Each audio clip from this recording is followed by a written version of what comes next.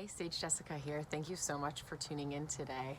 I'm going to continue talking a little bit today about just my lifestyle and kind of where I'm at with the sober living aspect of it.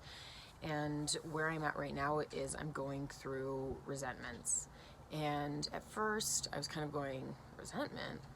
What is a resentment? And that has to do with anger, and resentments are that deep rooted, buried inside anger that chips and eats away at you.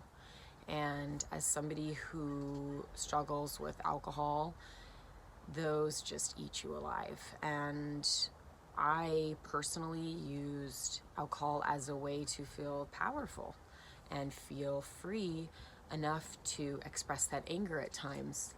And that was very confusing for people around me, because that anger would come out towards, people or situations that it didn't necessarily have any relevance to.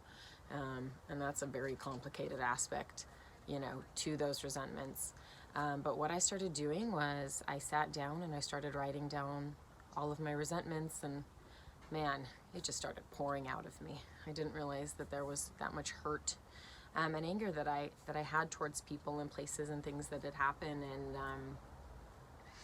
what I did was, while I was going through those, I started to look at, the hurt that maybe those people had and the part that I played in that hurt and those resentments, and where that came from. And that started giving me a lot of clarity. And once I did that, I started just praying, or some people don't like the word pray, so we'll say, meditating, whatever it is, for understanding and forgiveness and compassion for those people, those places that I felt, had wronged me or caused me hurt.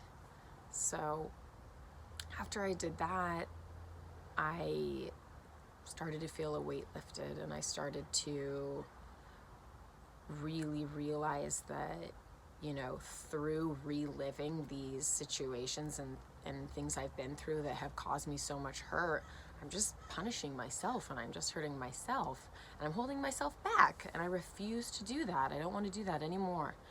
And I know I'm not the only person who is alone in this, and so I just wanted to share that those feelings and that hurt, you can heal from it, and you can move on and find that compassion in your life and that forgiveness.